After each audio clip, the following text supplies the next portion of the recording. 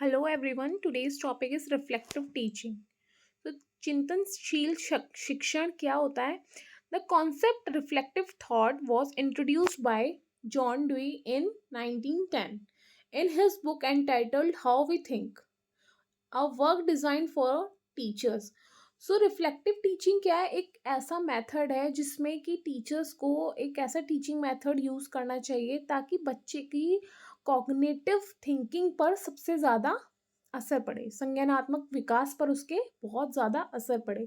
As time when terminology concerning critical thinking, problem solving and higher level thoughts, these are the main focus of reflective teaching. This is in Hindi. Now, what is introduction of reflective teaching? Teaching at a reflective level represents the highest level of the teaching act that can be carried out at a most thoughtful mode of operation, providing a desirable quality of teaching, learning situation and experiences of the learner for utilizing enhancing their cognitive abilities to the maximum. जैसे कि मैंने आपको पहले भी बताया है, reflective teaching एक ऐसा टीचिंग मेथड है, ऐसा टीचिंग एड है जो बच्चे को maximum level of thinking provide कराता है in a cognitive way. Okay, highest level of thinking जो बच्चा कर सकता है वो हम किसके थ्रू सबसे ज़्यादा डिजायरेबल रिजल्ट देख सकते हैं? रिफ्लेक्टिव टीचिंग के through. So this is for the teachers, how they use, and the desirable result we will see on the student performance and their abilities. Okay, what is the meaning of reflective teaching? Now, the word reflection stand for the act of reflection, यानी turning back। जो आपको पढ़ाया जा रहा है, जो आपको शिक्षा दी जा रही है, उसको आप कितना ग्रहण कर रहे हैं, कितना आप उसको अपनी लर्निंग में ला रहे हैं और वो आप रिवर्ट बैक कितना कर रहे हैं अपने बिहेवियर में। ठीक है। Process of self evaluation and self observation. Reflective teaching का सबसे अच्छा मोटिव क्या है? आप सेल्फ इवेल्युएशन यानी आप अपने आप के बिहेवियर को, अपनी एबिलिटीज़ को खुद सेल्फ इवेल्युएट कर सकते हैं, सेल्फ ऑब्जर्व कर सकते हैं। फॉर एग्जांपल, जो बच्चा न्यू एडमिशन जाता है जब किसी क्लास में, तो उसको ABCD नहीं आती है, but at the annual year completed उसको ABCD की पहचान हो जाती है।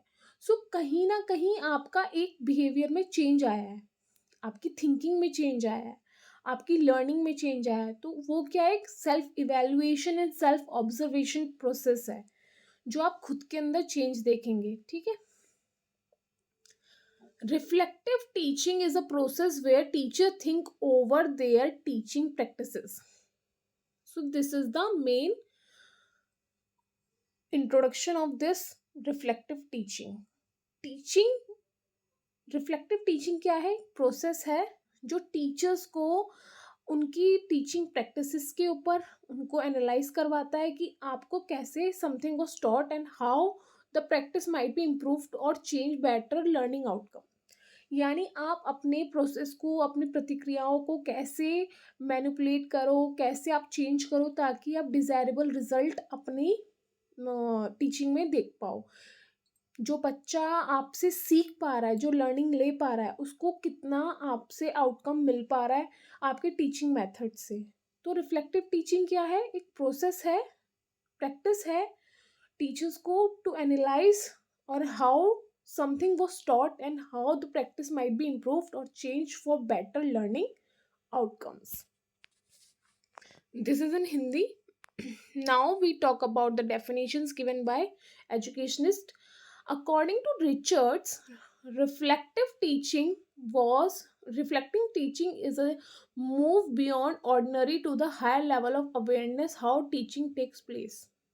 सो रिफ्लेक्टिव टीचिंग क्या है? एक ऐसा मूव है जो आपको एक ऑर्डिनरी मेथड से एक हायर लेवल ऑफ अवेयरनेस की तरफ ले जाता है by using different teaching methods. According to Bailey, reflective teaching is about a skilled teaching of knowing what to do. Reflective teaching क्या है? एक स्किल्ड टीचिंग है जिसमें आपको पता होना चाहिए आपको क्या करना है और क्या कराना है. According to Taisi, reflective teaching means looking at one does in the classroom. आपको क्या करना है? रिफ्लेक्टिव टीचिंग क्या है? जो बच्चे की प्रतिक्रियाओं को देखे जो कि वो क्लासरूम में कर रहा है, thinking about why one does it and thinking about if it work as a process of self observation and self evaluation. Reflective teaching क्या है? एक क्लासरूम में जो बच्चा थिंकिंग कर रहा है वो about what one does it. तो क्या है इसका मतलब? एक बच्चा जो कर रहा है वो क्यों कर रहा है, थिंक करो उसके ऊपर. और जो ये प्रोसेस है वो वर्क करेगा किसके लिए? सेल्फ ऑब्जर्वेशन के लिए एंड सेल्फ इवेल्युएशन के लिए. Okay, so this is in Hindi. Now why we thought it is important for teaching. Reflective teaching importance क्या है इसकी? The teacher collect a variety of different aspect of their lessons. They know how to present the lesson to his or her student. This include method like organisation of lesson, teachers time management, students performance on task, teachers question, student answer, classroom interaction and etcetera. So teacher क्या कर रहा है? Collect कर रहा है variety of different aspect of there lesson.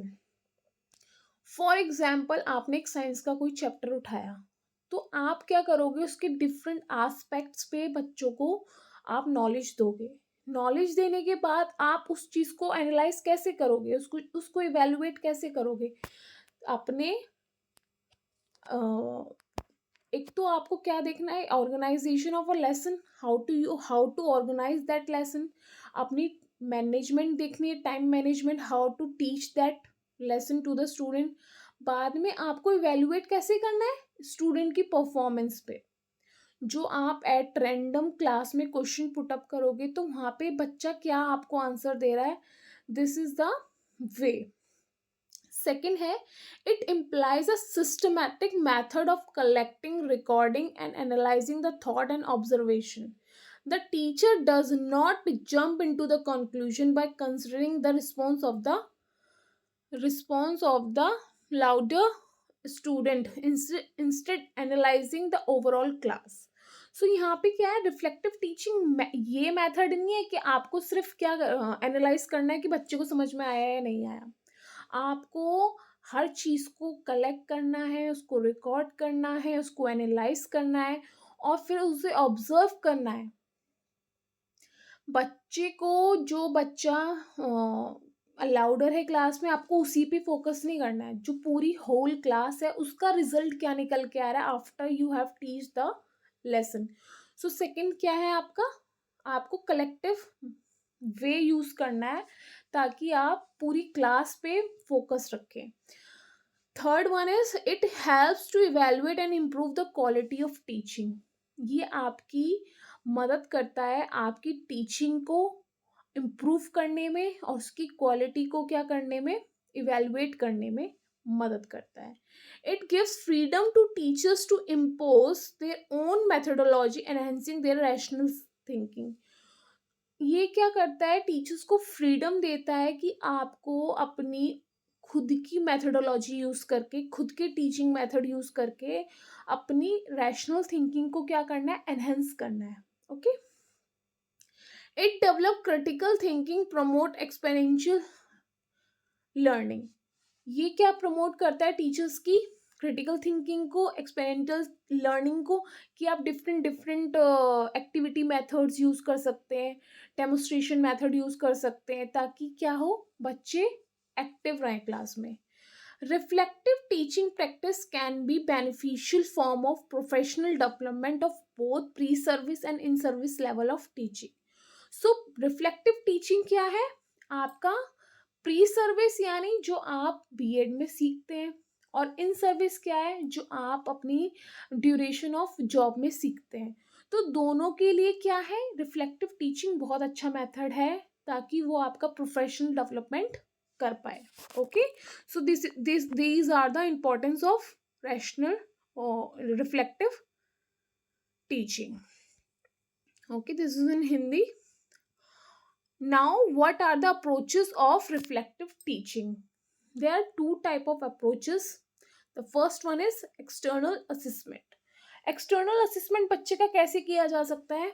By peer observation. Okay, peer observation आपको समझ में आ ही रहा होगा नाम से ही कि बच्चे की बच्चे को हम क्या करेंगे, ऑब्जर्व करेंगे. It allows the teacher to know each other's teaching style. They can gain some insight from it, get an opportunity to reflect their own teaching. Okay, peer observation can be carried out by participant observing each other classes, predetermination of what will be taught and how it will be taught. यानी ये क्या है peer observation? जैसे कि कोई teacher class ले रहा है तो आप उसकी क्लास से क्या सीख रहे हैं या उसके टीचिंग मेथड से क्या सीख रहे हैं, जो बच्चों का आउटकम निकल के आ रहा है उस टीचिंग क्लास में, तो उसमें क्या बच्चा रिस्पॉन्ड अच्छा कर रहा है, नहीं कर रहा है. So these are the peer observation method. यानी आप एक दूसरे के टीचिंग मेथड को क्या करोगे, एनालाइज करोगे, इवेल्युएट करोगे.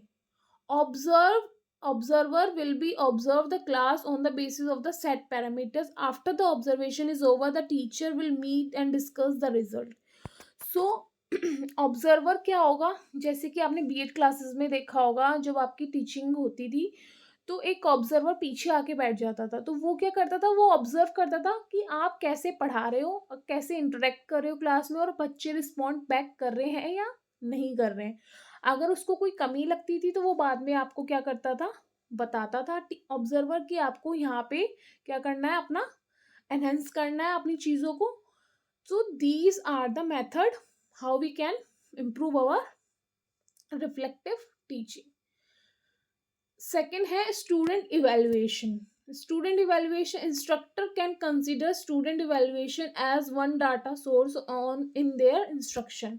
They can seek out other ways to assess their practices and to accompany student evaluation data before taking step to modify the instruction. आपने क्लास ली, आपने लेसन पढ़ाया, आपने सब चीज़ें, अपने टीचिंग मेथड टूल्स यूज़ करे, टीचिंग एड यूज़ करा. उसके बाद इंस्ट्रक्टर जो होता है वो क्या करता है, स्टूडेंट का डाटा देखता है, उसको इवेल्युएट करता है और उसको क्या करता है, एनालाइज करता है. तब जाके वो उसको मॉडिफाई करता है उस इंस्ट्रक्शंस को आगे मतलब कि बच्चे को कहाँ प्रॉब्लम आई, क्या प्रॉब्लम आई. So these are the method how we can improve our teaching method. अब सेकेंड आता है, पहले तो क्या था, एक्सटर्नल असेसमेंट था.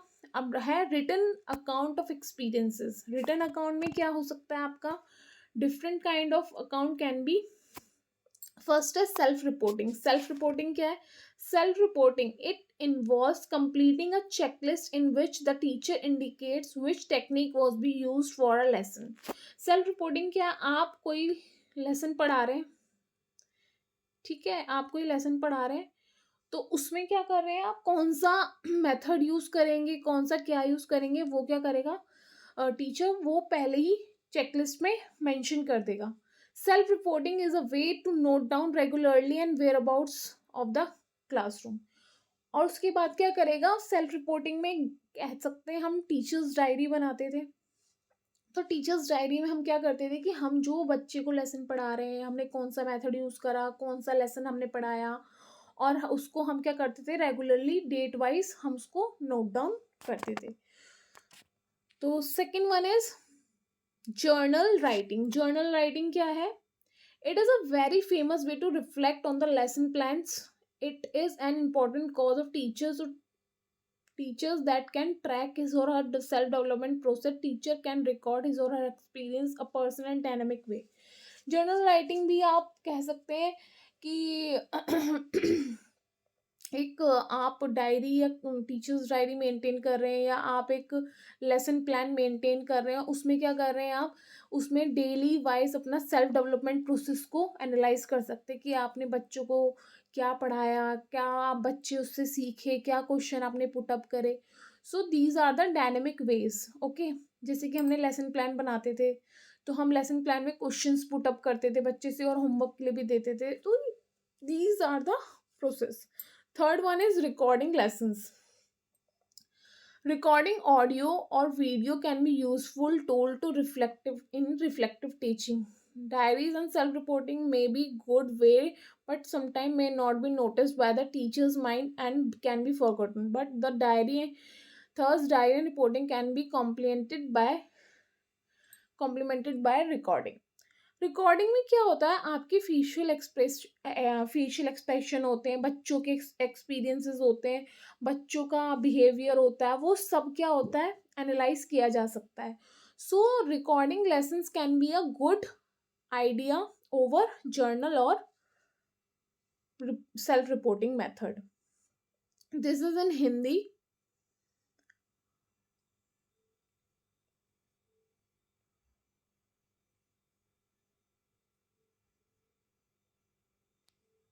What are the advantages of reflective teaching? Now, the first one is it develop the quality of education through continuous improvement.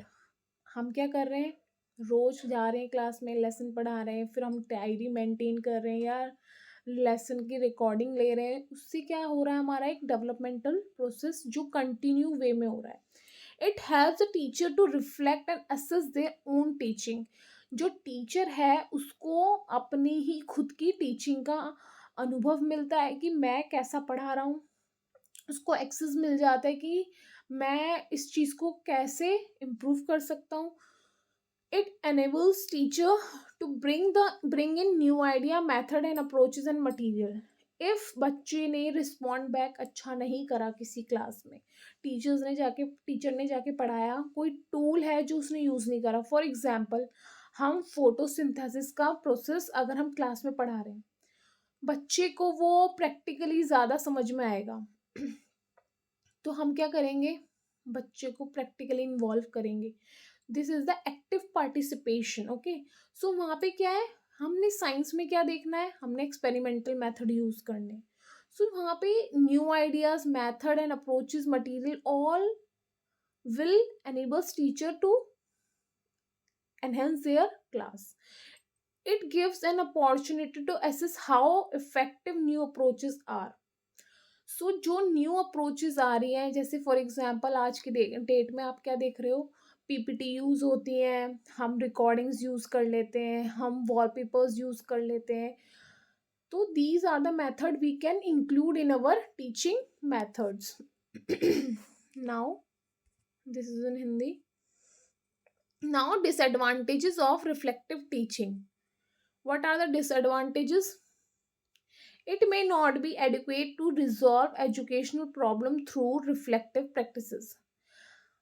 कोई भी प्रोसेस है वो 100% किसी की प्रॉब्लम सॉल्व नहीं कर सकता है। फॉर एग्जाम्पल हमारी क्लास में 10 बच्चे हैं, तो 10 बच्चों का थिंकिंग लेवल, उनकी एबिलिटीज़, उनका लर्निंग प्रोसेस सब अलग होता है।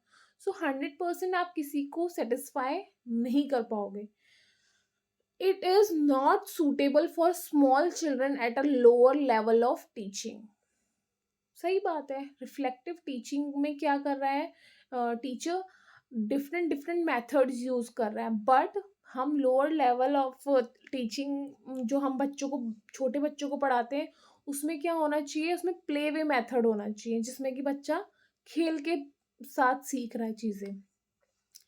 It could be a time consuming process.